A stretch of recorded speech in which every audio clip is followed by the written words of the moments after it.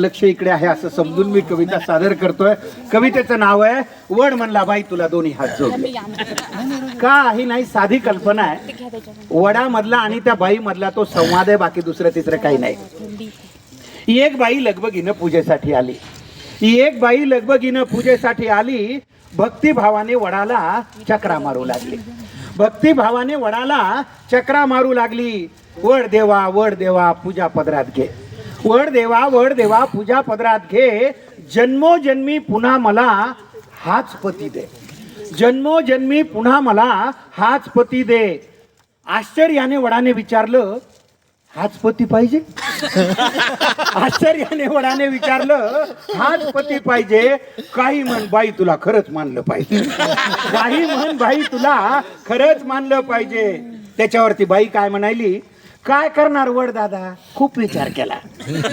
काय करणार वड दादा, खूप विचार केला. हाच नवरा राहू दे म्हणून आतून आवाज आला. हाच नवरा राहू दे म्हणून आतून आवाज आला. त्याच्यावर तो वड म्हणायला, एवढे दुर्गुण असून सुद्धा याचीच निवड केली. एवढे दुर्गुण असून सुद्धा याचीच निवड केली. म्हणून माय मला तुझी फारच दया आली. म्हणून माय मला तुझी फारच दया आली. त्याच्यावरती बाई काय म्हणली, त्याच्यावरती बाई म्हणते, वड देवा तसं काहीच नाही. वड देवा तसं काहीच नाही. असं नाही की आमचं बिलकुलच पटत नाही. असं नाही की आमचं बिलकुलच पटत नाही. दुसरा नवरा मागायचा मीही विचार केला. त्या बिचारीनं प्रामाणिकपणे सांगितलं, दुसरा नवरा मागायचा मीही विचार केला. पण कल्पनेनंच माझा जीव कासावीस झाला. पण कल्पनेनंच माझा जीव कासावीस झाला. जास्तच बिलिंदर निघाल्यावर मग काय करायचं? जास्तच बिलिंदर निघाल्यावर मग काय करायचं? म्हणून म्हणलं याच्यासाठीच वडाभोवती फिरायचं. म्हणून म्हणलं याच्यासाठीच वडाभोवती फिरायचं. तुम्हाला तर माहिती आहे देवा, मी काही कमी नाही. तुम्हाला तर माहिती आहे देवा, मी काही कमी नाही. बिचाऱ्याच्या डोक्याला केस सुद्धा ठेवला नाही. बिचाऱ्याच्या डोक्याला केस सुद्धा ठेवला नाही. अधून मधून गुरगुर करत, मी थोडंच ऐकते. अधून मधून गुरगुर करत. पहा, या ओळीला पुरुष रसिक सुद्धा दाद देतात. याच्यापेक्षा स्वच्छ मनाची माणसं असू शकतात का? अधून मधून गुरगुर करत, मी थोडंच ऐकते. एका कानाने ऐकून दुसऱ्यानं सोडून देते. एका कानानं ऐकून दुसऱ्यानं सोडून देते. माझी आई मला म्हणली, नवरा बदलायचा नाही.